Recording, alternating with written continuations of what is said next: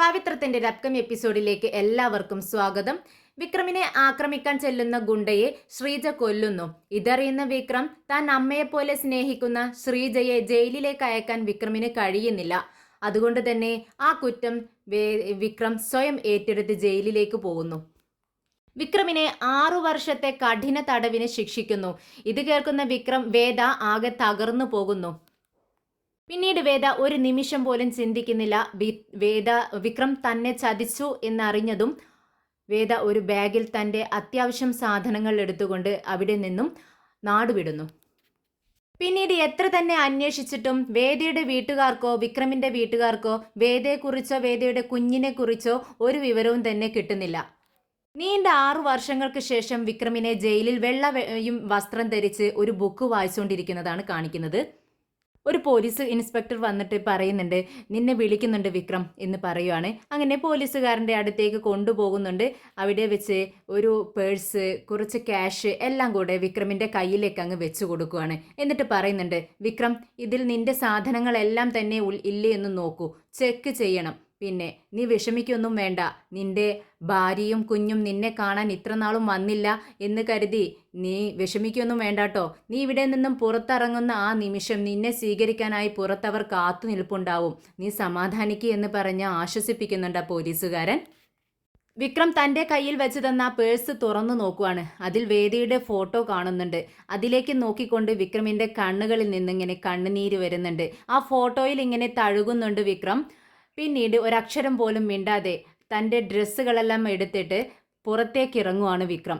6 വർഷത്തിന് ശേഷം ആദ്യമായി വിക്രം പുറത്തിറങ്ങുവാണ്. ഒരു പരോൾ പോലും വിക്രമിന് ഇതിനിടയിൽ ലഭിച്ചിട്ടില്ല. പുറത്തെ വെളിച്ചം കണ്ണിലേക്ക് അടിച്ചതും വിക്രമിൻ്റെ കണ്ണെല്ലാം ചുളുങ്ങി പോകുന്നുണ്ട്. ചുറ്റും നോക്കുന്നുണ്ട്.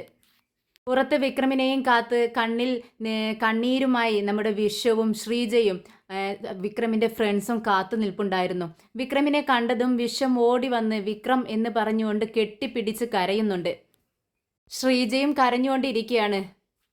അല്പനേരം ഒന്നും മിണ്ടാതെ നിന്ന് വിക്രം ചോദിക്കുന്നുണ്ട്, ചേച്ചി വേദയും മോളും എവിടെ എന്നാണ് ചോദിക്കുന്നത്. എനിക്ക് മോള് തന്നെയല്ലേ പിറന്നിരിക്കുന്നത്. ഞാൻ ഒരുപാട് ആഗ്രഹിച്ചിട്ടുണ്ടായിരുന്നു.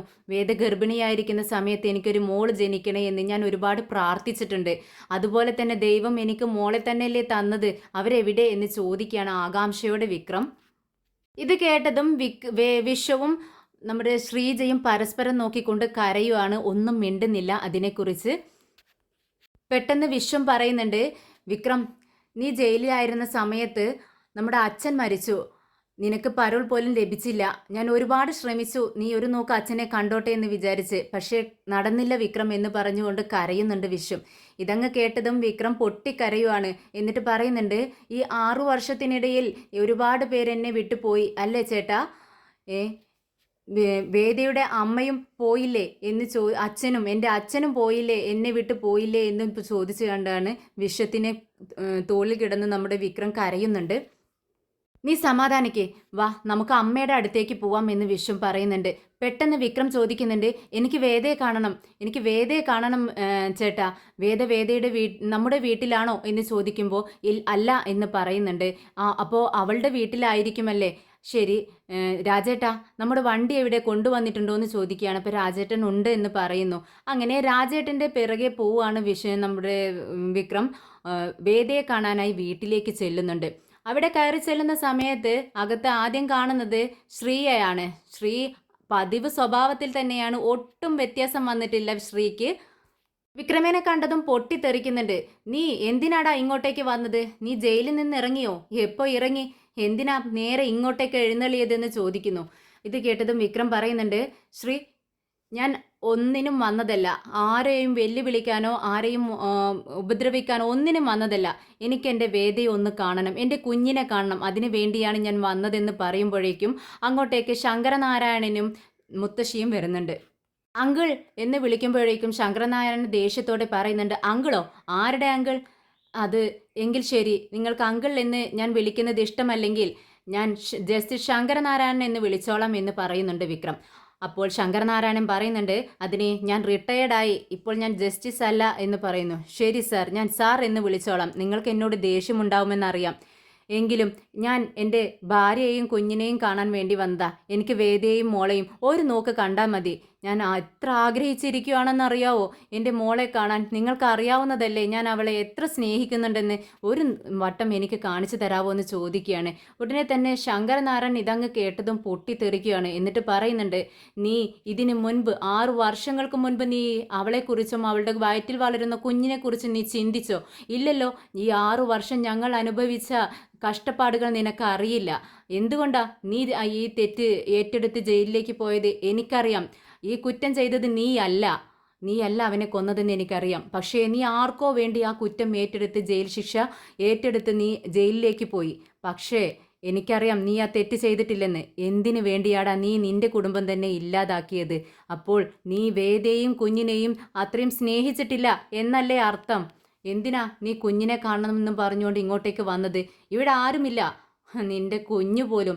അവൾ ആ കുഞ്ഞിനെ കൊന്നു കളഞ്ഞു എന്നങ്ങ് പറയാട്ടോ. ഒരു മനസാക്ഷി പോലും ഇല്ലാതെ. ഇതങ്ങ് കേട്ടതും വിക്രം അങ്ങ് ഞെട്ടിപ്പോവാണ്. എന്നിട്ട് പറയുന്നുണ്ട്, എന്ത്, എൻ്റെ മോളെ കൊന്നെന്നോ? എന്ത് കൊന്നുന്നോ? എന്താ നിങ്ങളീ പറയുന്നതെന്ന് വീണ്ടും വീണ്ടും എടുത്തു ചോദിക്കുകയാണ് വിക്രം. ഇത് കേട്ടതും ശങ്കരനാരായണൻ പറയുന്നുണ്ട്, അതെ, നിനക്ക് ആ കുഞ്ഞിനെക്കുറിച്ച് ചിന്തയില്ലെങ്കിൽ അവൾ എന്തിനു ചിന്തിക്കണം? അവളും ചിന്തിച്ചില്ല. ആ കുഞ്ഞിനെ അവൾ വയറ്റിൽ വെച്ച് അങ്ങ് കൊന്നു കളഞ്ഞു എന്ന് പറയുകയാണ് കേട്ടോ ശങ്കരനാരായണൻ.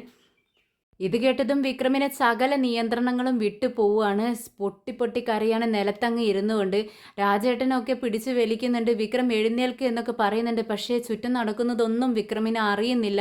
വിക്രം അങ്ങനെ ഇരുന്ന് കുറച്ചു നേരം കരഞ്ഞതിന് ശേഷം അവിടെ നിന്നും അങ്ങോട്ട് എഴുന്നേൽക്കുകയാണ്, ഒരു ഉയർത്തെഴുന്നേൽപ്പ് പോലെ. എന്നിട്ട് അവിടെ ഉണ്ടായിരുന്നൊരു ബോട്ടിലെടുത്ത് അവിടെ ചുമരിൽ കാണുന്ന അവരുടെ ഫാമിലി ഫോട്ടോയുണ്ട്. പണ്ട് എടുത്തിട്ടുള്ള ഫോട്ടോ. വിക്രമും വേദയും അവർ ഫാമിലിയെല്ലാം നല്ല സ്നേഹത്തോടു കൂടി കഴിഞ്ഞിരുന്ന സമയത്ത് ഒരു ഫാമിലി ഫോട്ടോ എടുത്ത് ഭിത്തിയിൽ വെച്ചിട്ടുണ്ടായിരുന്നു. ആ ഫോട്ടോയിലേക്ക് ഒരു ഏറങ്ങ് എറിയാണ്. അത് പൊട്ടി താഴെ വീഴുന്നുണ്ട്.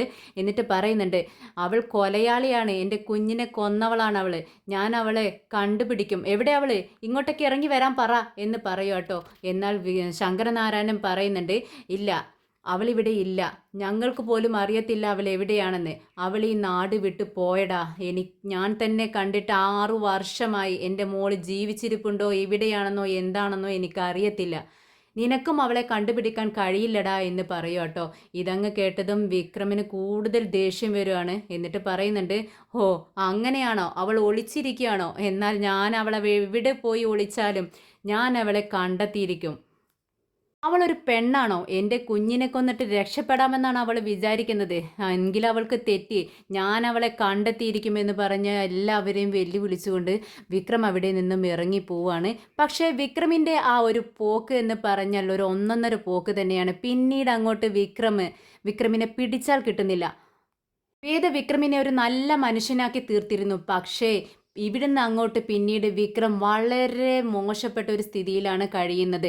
പണ്ട് എന്ന് പറഞ്ഞാൽ വിക്രം വേദയുടെ ജീവിതത്തിലേക്ക് വരുന്നതിന് മുമ്പ് വിക്രം നല്ലതിനു വേണ്ടി മാത്രമായിരുന്നു ഗുണ്ടയായി തീരുന്നത്. പക്ഷേ ഈ വേദ തൻ്റെ കുഞ്ഞിനെ കൊന്നുകളഞ്ഞു എന്ന് ശങ്കരനാരായണൻ്റെ വായിൽ നിന്ന് കേട്ടതും വിക്രം പിന്നീട് ഒരു മനുഷ്യനല്ലാതായി തീരുവാണ്. കണ്ടതിനും കേട്ടതിനും എല്ലാം വഴിയിൽ കാണുന്നവരെയെല്ലാം വെറുതെയാണെങ്കിലും എന്തിനാണെന്നോ ഏതിനാണെന്നോ ഇല്ലാതെ എല്ലാവരും അടിച്ചുകൊണ്ട് ഒരു തനി ഗുണ്ടയായി മാറുകയാണ്. നേരിനല്ലാതെ വേണ്ടാത്ത കാര്യങ്ങൾക്കും എല്ലാം പ്രവർത്തിക്കുന്ന ഒരു ഗുണ്ടയായി തീരുന്നു നമ്മുടെ വിക്രം.